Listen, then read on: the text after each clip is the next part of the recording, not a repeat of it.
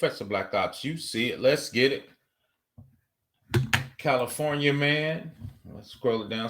Stanford man scammed DoorDash drivers into California out of nearly 1 million, police said.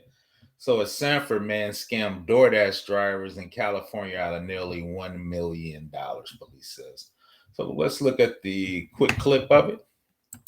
Targeting DoorDash drivers in California. Stamford Police tell CBS 2's Tony Aiello it delivered nearly $1 million. The investigation started with a report of a domestic dispute involving a gun at this Stamford apartment building.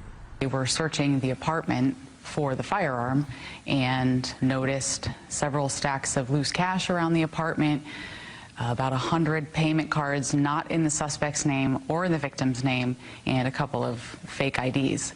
Investigator Vanessa Lynn says cops eventually found more than $700,000 stuffed in various lockboxes. $700,000 just hanging out in the house, man. Come on, man. You got to do better than that. Come on, man. Got to be smarter.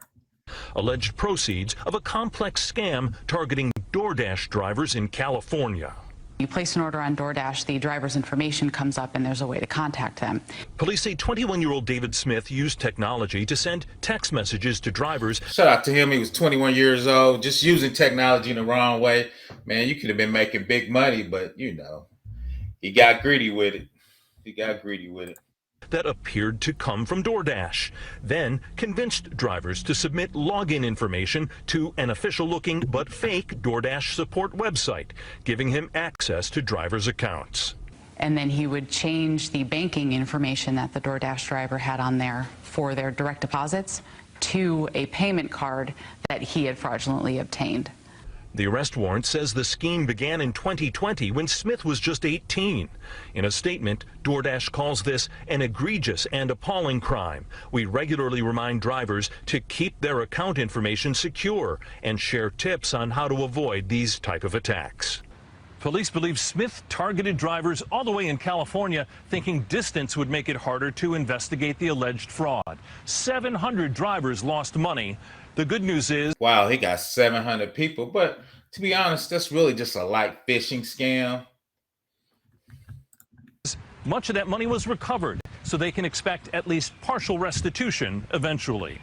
In Stamford, Tony Aiello, CBS 2 News.